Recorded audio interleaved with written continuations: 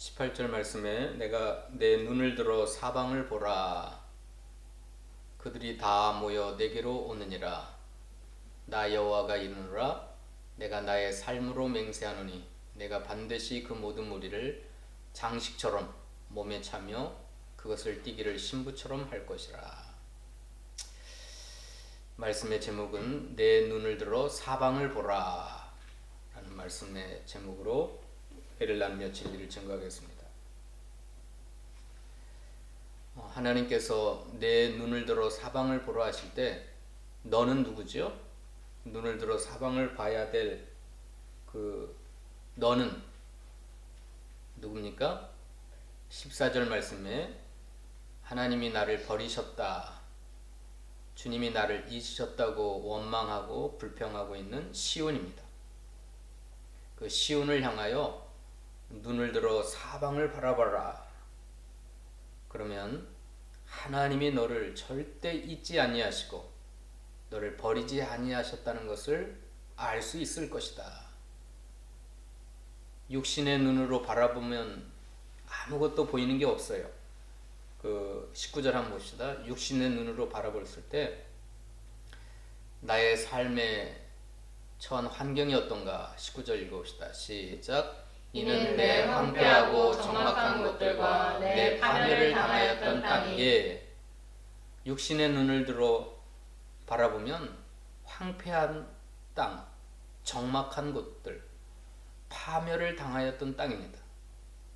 아무리 바라봐도 하나님이 나를 잊으시고 하나님이 나를 버리셨다는 것밖에 보이지 않아요.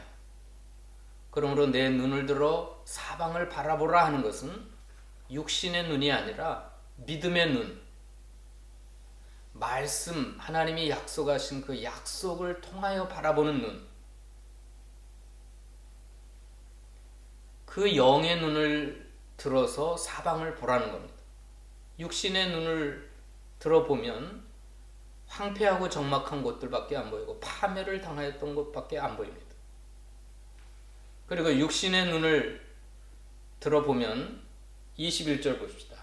21절에 시작. 그때 내가 내 마음에 이르기를 누가 나를 위하여 이들을 낳았는고 나는 자녀를 잃고 외로워졌으며 사로잡혀 유리하였거늘 이들을 누가 양육하였는고 나는 홀로 남았거늘 이들은 어디서 생겼는고 하리라. 자, 육신의 삶의 형편은 자기가 처한 상황은 자녀를 잃고 외로워진 상황입니다.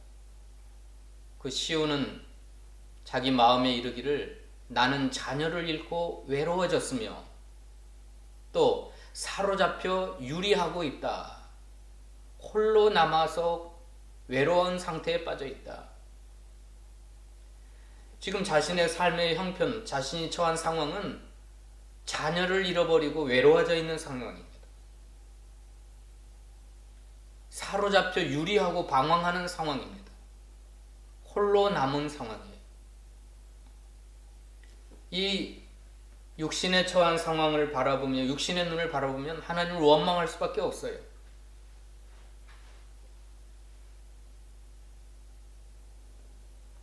(25절에) 봅시다. 25절 26절 시작. 여호와가 이같이 말하노라. 용사의 포로도 빼앗을 것이요 두려운 자의 빼앗은 것도 건져낼 것이니 이는 내가 너를 대적하는 자를 대적하고 내 자녀를 내가 구원할 것임이라.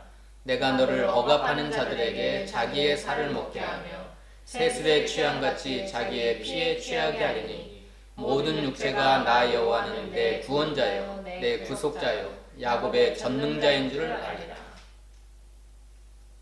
육신의 눈으로 바라보면 용사들에 의해서 포로로 끌려가고 수많은 대적들이 나를 대적하고 있고 두려운 자들에게 빼앗겼고 26절에 나를 억압하는 자들이 나를 억압하고 있고 수많은 대적들과 억압하는 자들, 용사들, 두려운 자들이 내 삶을 다 파괴하고 내 자녀들을 다 빼앗아가고 자녀를 잃어버리고 지금 외로운 상태에 빠져 있습니다. 포로로 된 상태에서 유리하며 방황하고 있어요. 홀로 남았다고 생각이 되어지는 겁니다. 그런데 하나님께서는 그러한 시온을 향하여 내 눈을 들어 사방을 바라보라. 사방을 봐라. 믿음의 눈을 들어 바라보면 하나님의 놀라운 사랑, 하나님의 회복하시는 역사, 잃어버리고 빼앗겼던 자녀들이 돌아오는 것을 볼 수가 있을 것이다. 17절 읽어봅시다. 17절. 믿음의 눈을 들어서 바라보면 두 가지를 볼 수가 있는데 읽어봅시다. 17절 시작. 내 자녀들은 빨리 걸으며 너를 헐며 너를 황폐하게 하던 자들은 너를 떠나가리라. 두 가지가 보여요. 첫 번째는 자녀들이 돌아올 것이다. 또 하나는 너를 황폐하게 하던 자들은 너를 떠나가는 걸 볼 수 있을 것이다. 자, 믿음의 눈, 하나님의 말씀의 눈으로 세상을 동서남북을 바라보니까 자녀들이 빨리 걸어온다. 이건 기쁨에 겨워서 춤을 추며 경쾌하게 가벼운 발걸음을 가지고 너에게 몰려올 것이다. 잃어버렸던 자녀들, 빼앗겼던 자녀들이 돌아올 것이다. 그리고 또 하나 보이는 게 뭐예요? 너를 황폐하게 하던 자들, 너를 억압하던 자들, 그들은 용사들이요, 두려워하는 자들이요, 두려운 자들이요, 너를 억압했던 자들이 떠나갈 것이다. 그걸 볼 수 있을 것이다. 이게 보이는 거예요.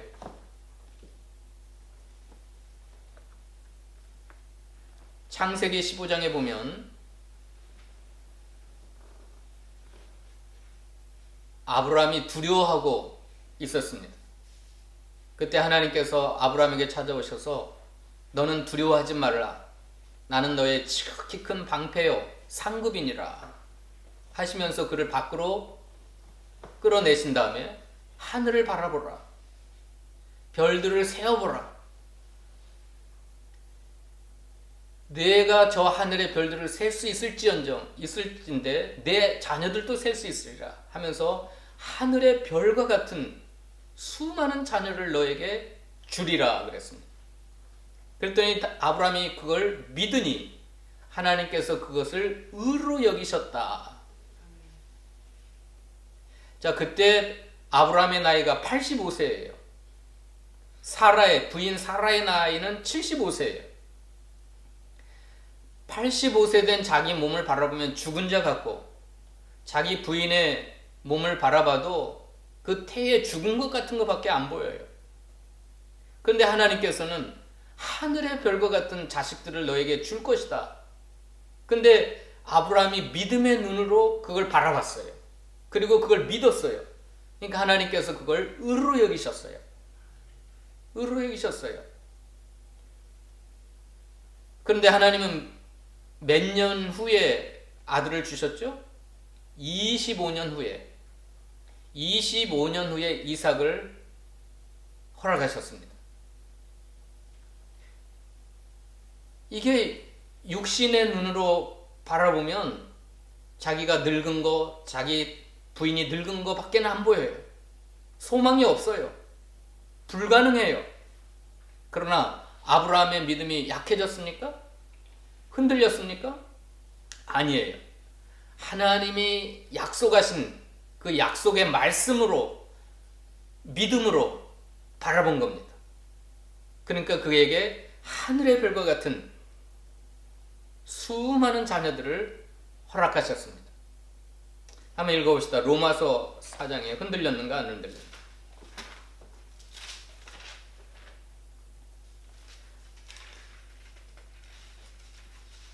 4장 17절 읽어봅시다. 로마서 4장 17절.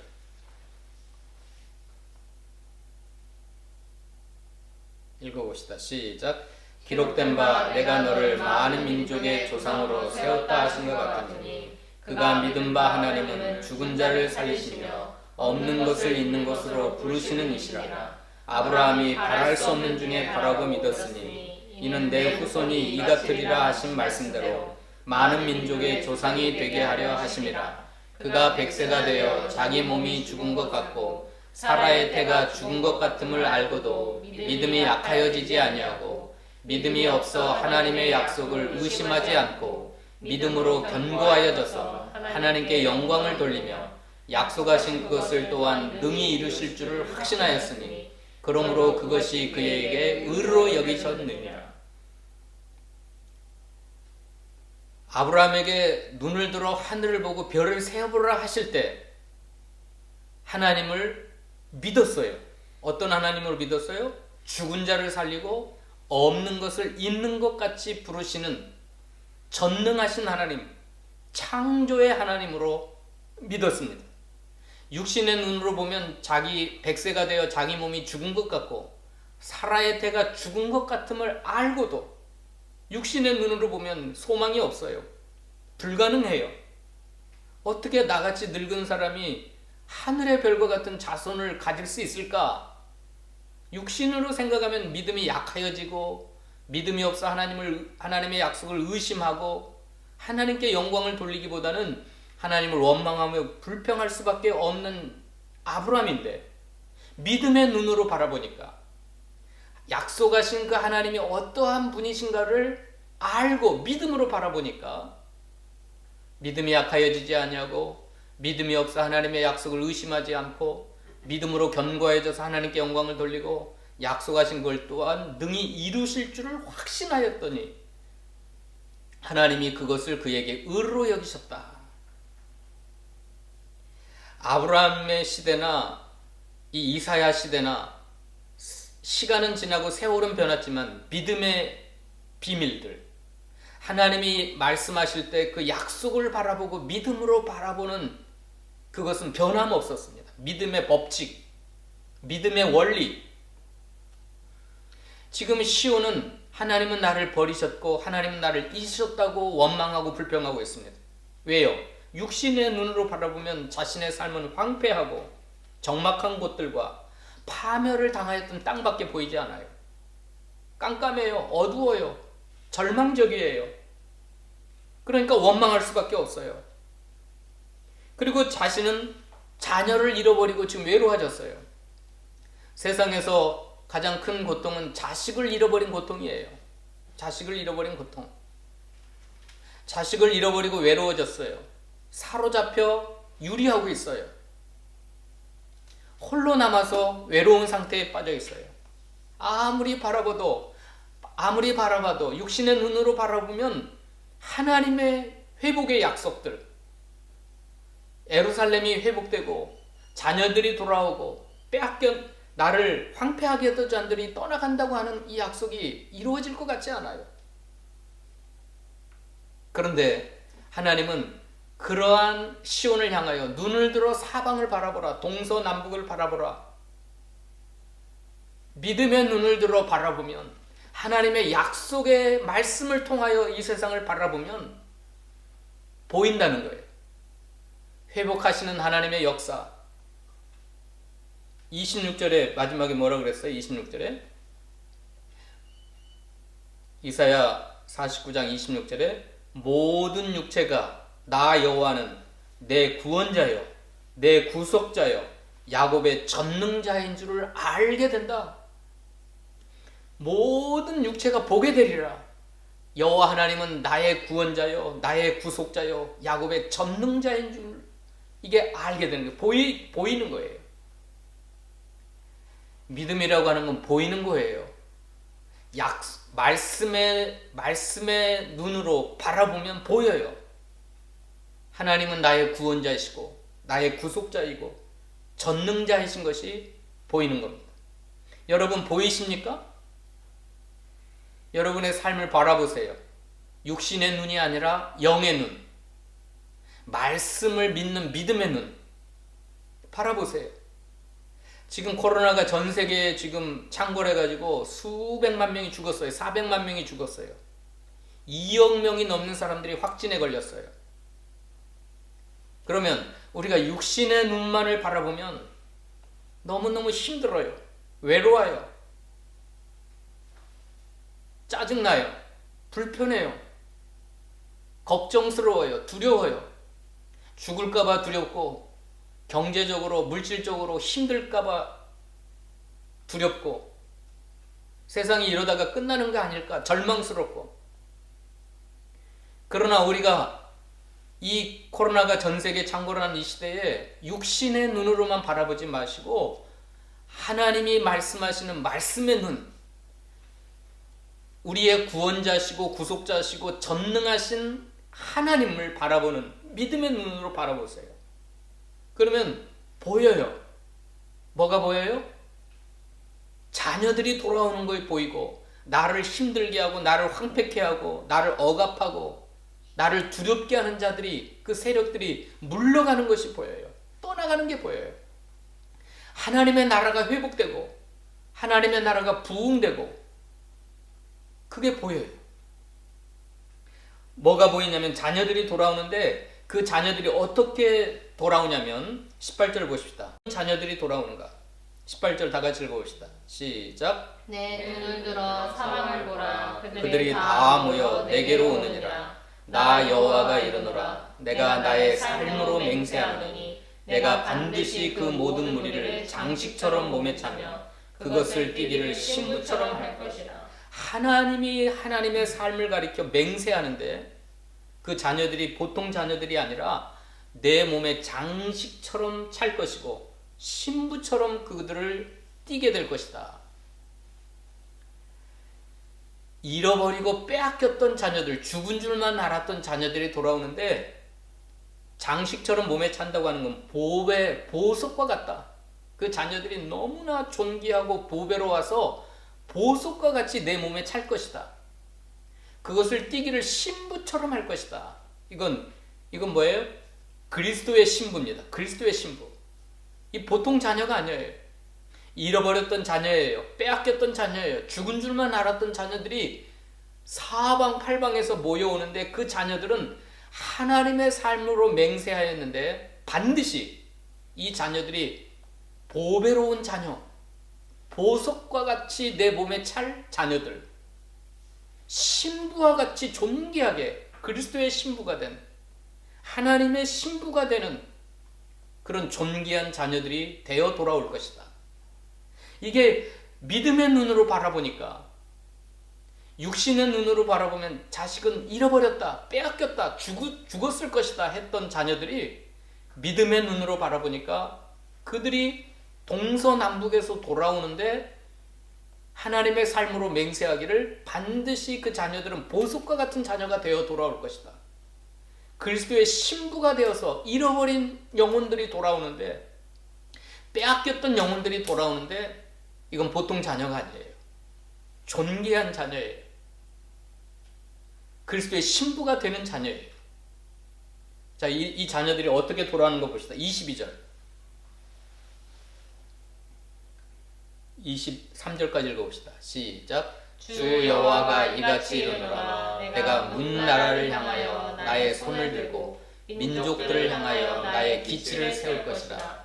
그들이 내 아들들을 품에 안고 내 딸들을 어깨에 메고 올 것이며, 왕들은 내 양부가 되며 왕비들은 내 유모가 될 것이며, 그들이 얼굴을 땅에 대고 내게 절하고 내 발에 티끌을 핥을 것이니, 내가 나를 여호와인 줄 알리라. 나를 바라는 자는 수치를 당하지 아니하리라. 따라서 합시다. 나를 바라는 자는 수치를 당하지 아니하리라. 하나님을 믿음의 눈으로 바라보고 약속의 말씀을 통하여 하나님을 바라보면, 영의 눈으로, 마음의 눈으로 바라보면 절대 수치를 당하지 않는데, 이 자녀들이 보통 자녀들이 아니에요.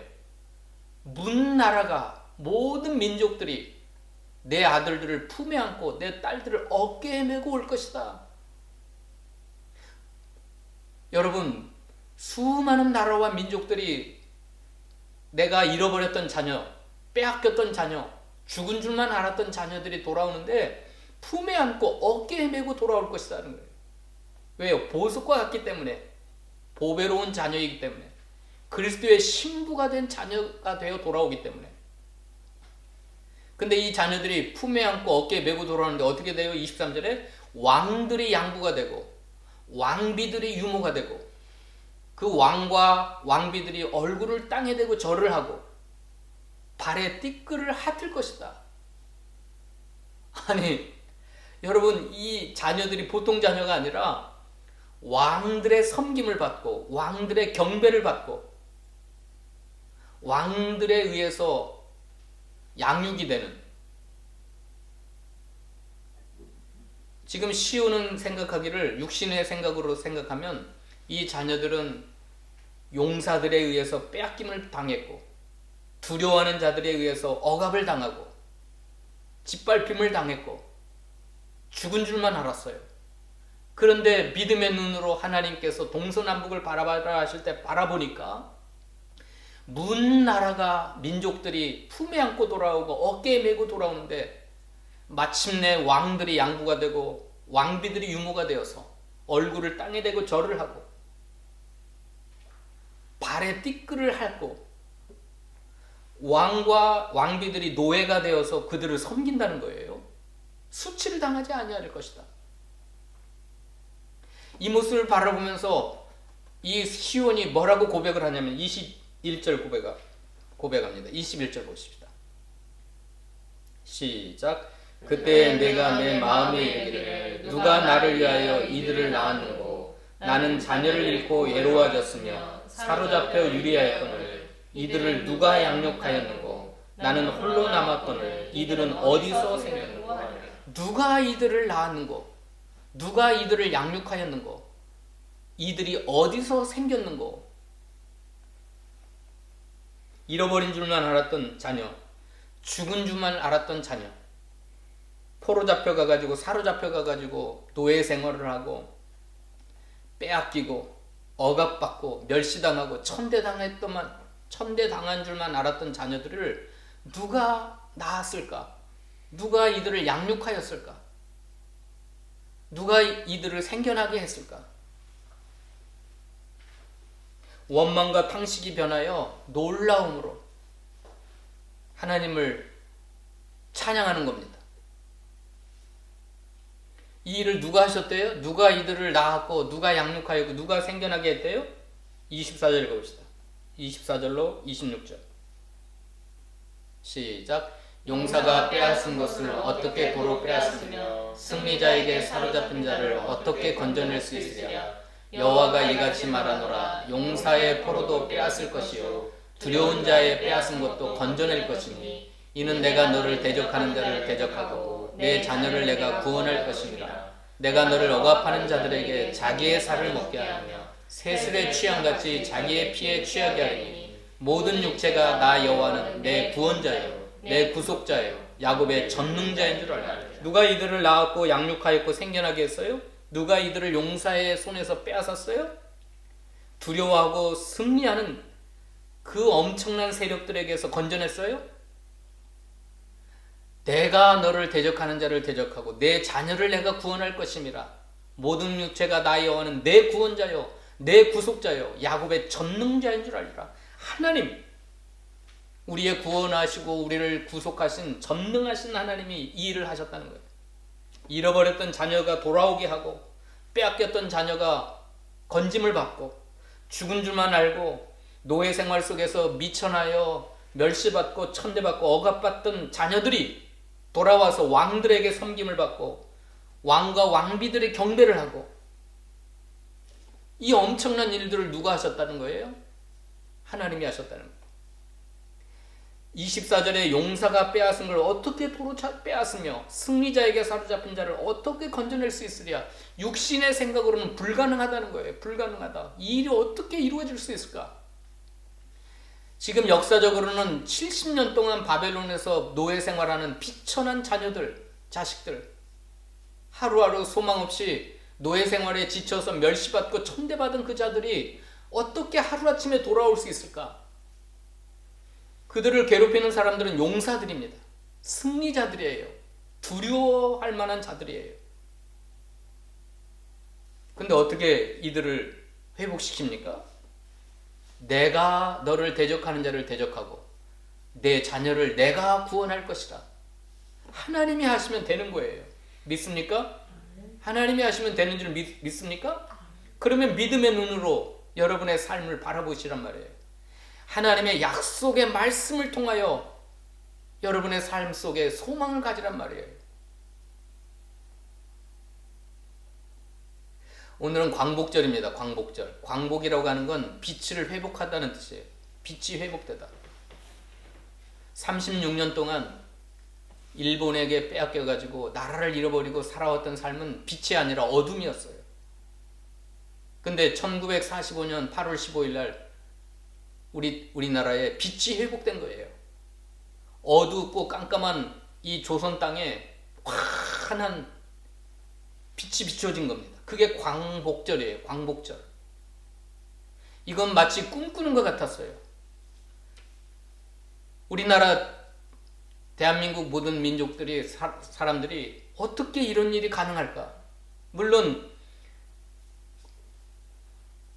독립운동 하는 사람들이 많았어요. 자기 재산을 다 바쳐서 만주에서 목숨을 버려서 일본군과 싸우면서 독립운동을 했지만 아무리 싸워도 일본군은 그 당시 세계를 점령했어요. 러시아를 치고 중국을 치고 미국을 치고 동남아를 다 삼켰던 세계 최강의 나라입니다. 근데 우리 조선은 그들을 이길 만한 준비도 안 되어 있었고 힘도 없었고 몇몇 독립운동가들이 아무리 만주에서 자기 목숨을 바쳐서 싸워도 그 일본의 세력을 꺾을 수가 없었어요. 그런데 하나님께서는 어떻게 우리나라를 일본의 그 압제에서 구원하셨습니까? 광복을 맞게 했어요. 빛을 회복시켰어요? 일본보다 더 큰 세력, 미국입니다. 미국. 그 당시 미국은 일본의 25배에서 100배 큰 나라였습니다. 세력을 가진 100배 가까이 큰 세력이었어요. 군함이나 군대나 비교하면 근데 감히 일본이 그 미국을 쳤었어요. 진주만을 공격했어요. 멋모르고 까불었죠. 하룻강아지 범 무서운 줄 모르고 미국을 상대로 지가 막 러시아와 싸우고 중국과 싸우고 동남아를 치고 호주까지 치고 그러니까 지가 뭐 교만해가지고 미국을 치다가 미국에게 핵폭탄 히로시마와 나가사키에 2방을 맞고 항복을 했어요. 미국한테 항복을 했어요. 항복하기 전에 뭐라 그랬어요? 미국이 내건 조건이 뭐예요? 일본 천황은 신이 아니라는 걸 받아낸 거예요. 일본 천황은 살아있는 신이라고 경배했고 추앙했어요. 2억 명의 일본이 다 멸살당해도 이 천황 숭배 이건 포기할 수 없었던 일본이었어요. 근데 미국에게 무릎 꿇고 항복할 때 이 천황은 신이 아니다. 그걸 고백을 하고 항복을 했어요. 일본이 미국에게 무릎을 꿇고 항복함과 동시에 우리 대한민국이 광복을 맞이하게 된 거예요. 대한민국이 독립을 하게 된 거예요. 하나님이 하신 거예요. 하나님. 어떻게 일본의 그 엄청난 세력에게서 우리를 건져낼 수 있으랴 육신의 눈으로 생각하면 이건 도저히 있을 수 없는 일이었습니다. 근데 하나님이 말씀하시길 내가 한다. 내가 너를 대적하는 자를 대적하고 내가 내 자녀를 구원할 것이다. 나는 너의 구속자요. 나는 너의 구원자요. 야곱의 전능자이기 때문에 내가 하리라. 하나님이 하신 거예요. 76년 됐어요. 76년. 우리나라가 독립한 지 76년 됐어요. 일본의 압제에서. 근데 76년이 지난 지금에 그 모든 경제 지표를 따져보니까 일본을 앞섰어요. 우리가. 이건 불가능한 일이었어요. 지금은 경제적으로 모든 면에 일본을 우리가 앞섰어요. 일본을 뒤 잡았어요. 일본을. 어떻게 이런 일이 있습니까? 일본에게 36년 동안 압제당할 때 모든 걸 다 빼앗겼어요. 우리가 그 당시 미국 선교사들이 왔을 때 거리마다 굶어 죽은 사람들의 시체들, 병들어 죽은 사람들의 시체들이 널려 있다 그랬어요. 그래서 언더우드 선교사가 고백하기를 하나님 이 땅은 흑암의 땅입니다. 어둠의 땅입니다. 절망의 땅입니다. 그러나 하나님이 이 땅에 구원을 허락하시면 빛이 비춥니다. 그 소망을 품고 언더우드 선교사가, 아펜셀러 선교사가 믿음의 눈으로 바라봤어요. 조선 땅을 믿음의 눈으로 바라보고 전도했어요. 선교했어요.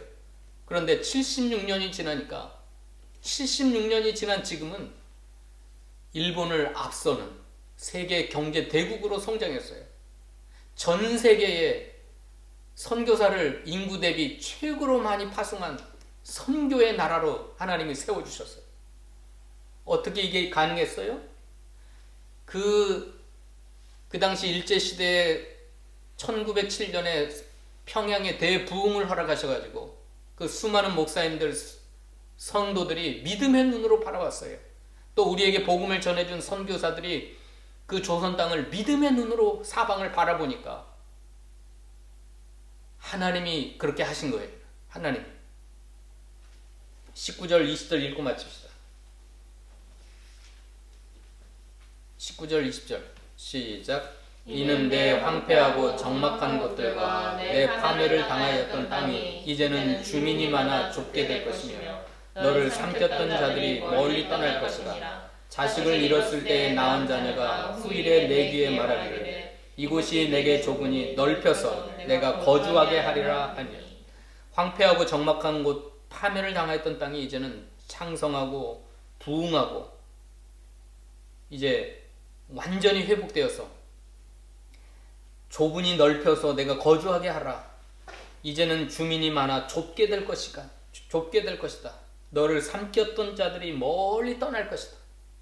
너의 삶을 황폐하게 하고 파괴했던 사람들은 멀리 떠날 것이고, 잃어버렸던 죽은 줄만 알았던 너의 자녀들이 돌아와서 너무나 많이 돌아와가지고 이 땅이 부흥이 되고 창성하게 되고 회복될 것이다. 자, 76년 전에 육신의 눈으로 바라면 조선 땅이 이렇게 일본을 앞지를 수 있는 경제 대국이 될지를 누가 알았겠어요? 그 신현호 장로님이라고, 그 6.25 때 엄마가 죽고 아버지가 재혼하면서 자기를 버렸어요. 그 외할머니 손에다가 버렸는데 외할머니 집에서 외삼촌 손에서 너무나 힘들어가지고 외삼촌 집을 뛰쳐나왔고 서울에서 그 노숙 생활을 했어요. 9살 때. 9살 때 거지 생활하면서 서울역 앞에서. 그런데 그때 6.25를 맞아가지고 그 미국 군인이 초콜릿을 얻으려고 갔는데 미국 군인이 자기 트럭에다가 손을 잡아서 태워줬어요. 그리고 미국 군대로 데려가가지고 3년 동안 하우스보이, 그 미국 군인들을 위해서 청소하고 빨래하고 밥 짓고 그런 일을 3년 했었어요. 그런데도 자기 아버지는 살아있는데 자기를 돌보지 않고 엄마는 죽었고, 그게 너무 서러워서 공동묘지에 올라가가지고 울면서 하늘을 쳐다보고 별을 셌어요. 내 신세가 왜 이렇게 처량한가? 왜 내 살아있는 아버지는 나를 돌보지 않은가? 나는 왜 이렇게 힘들게 살아야만 하는가? 막 펑펑 울면서 별을 세고 있는데 미국 군인이 와가지고 너 왜 우니? 하면서 안아주는 거예요.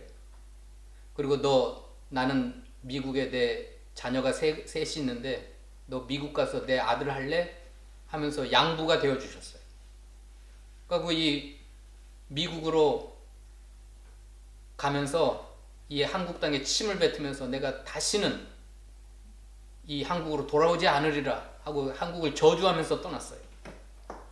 근데 미국에 가서 그 양부에 의해서 고등학교까지 고등고시인가 그걸 치고 졸업을 하고 대학을 들어가고 박사학위를 받고 대학교 교수가 됐어요. 그리고 그가 하원 의원이 되고 상원 의원이 됐어요. 동양인으로서 최초로 미국의 상원 의원이 됐어요. 이렇게 그를 높여주시고, 그래서 나중에 한국에 돌아와서 자기 아버지와 화해하고, 자기 아버지가 나중에 자기를 버린 게 아니라 너무나 힘들어서 다른 사람의 집에 노예로 종으로 들어갔대요. 그러니까 그 사실을 알게 되고 그 아버지와 화해되고. 근데 이 9살 된 그 아이가, 거지 아이가 하나님을 믿는 믿음으로 하늘의 별을 셌었어요. 하늘을 바라보고 하나님께 기도했어요. 하나님, 나는 선생이 되겠습니다. 꿈을 꿨어요. 배고플 때마다 울면서 하늘의 별을 세고 힘들고 외로울 때마다 하늘을 바라보며 별을 셌어요. 하나님을 바라봤어요. 하나님, 나의 꿈은 학교 선생이 되는 겁니다. 나 공부하게 해주세요. 나를 좀 도와주세요. 그 9살 어린아이가 하나님을 믿는 믿음으로 하늘의 별을 세면서 울면서 하나님 앞에 꿈을 꾸고 그 교사의 꿈을 꾸고 하나님을 바라봤더니 하나님이 그 미국 군인을 보내가지고 안아주게 하시고 양부가 되게 하시고 미국으로 데려가게 하시고 대학을 졸업하게 하고 박사학위를 받게 하고 동양인 최초로 상원 의원이 되게 하고 높은 자리에 올려줬어요. 대학교 교수가 되고 꿈을 다 이루었어요. 그게 35년 후입니다. 35년 전 9살 된 그 거지 소년이 밤하늘의 별을 보며 울면서 하나님 바라보며 꿈을 꿨는데 정확하게 35년 후에 하나님은 그 꿈을 다 이루어졌어요. 누가 나를 위하여 이 일을 했을까? 누가 나를 양육했을까? 누가 이 일을 생겨나게 했을까? 하나님이셨어요. 하나님. 모든 육체가 나 여호와는 내 구원자요 내 구속자요 야곱의 전능자인 줄 알리라. 이 9살 꼬마와 같이 여러분 육신의 눈으로 바라보면 거지입니다. 생부도 자기를 버렸어요. 돌보지 않아요. 외삼촌 집에서 구박받으면서 쫓겨났어요. 아무도 자기를 돌아보지 않았어요.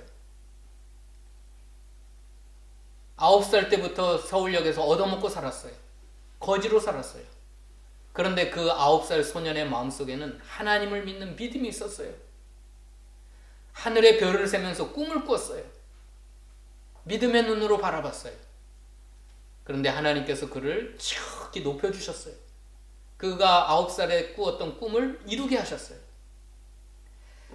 아브라함도 그랬고 시온도 그랬고 그 9살 소년도 그랬고 어느 시대나 우리가 육신의 눈으로 바라보면 자신의 삶은 절망적이에요.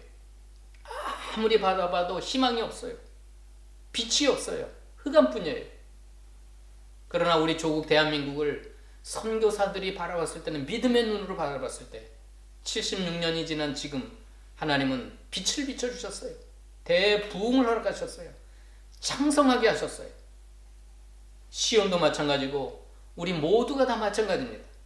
우리가 육신의 눈으로 이 땅을 바라보지 말고 저와 여러분의 삶을 바라보지 마시고 믿음의 눈, 약속의 말씀을 하시는 전능자의 하나님의 눈으로 이 세상을 바라보고 자신의 삶을 바라보면 반드시 하나님께서 이 모든 걸 이루어 주실 줄로 믿습니다. 기도하겠습니다. 살아계신 하나님, 육신의 눈으로 세상을 바라보고 자신을 바라보면 원망과 불평과 절망밖에는 없습니다. 그러나 수많은 믿음의 사람들이 그 현실을 바라볼 때에 육신의 눈이 아니라 믿음의 눈, 영의 눈, 말씀을 믿는 믿음의 눈으로 하나님을 바라봤을 때 전능하신 하나님께서 구원자요 구속자이신 하나님께서 그들의 삶에 개입하셨고 그들의 삶을 회복시켜 주셨고 왕과 왕비들이 섬기고 경배할 정도로 높여주셨습니다. 수치를 당하지 않도록 해주셨습니다. 하나님, 오늘 분일교회 사랑하는 주의 백성들 자신의 삶 또 이 세대를 육신의 눈으로 바라보지 않게 도와주시고 말씀과 또 믿음의 눈으로 바라봄으로 하나님이 약속하신 모든 축복들을 받아 누릴 수 있도록 은혜를 베풀어 주시옵소서. 예수님의 이름으로 기도하옵나이다. 아멘.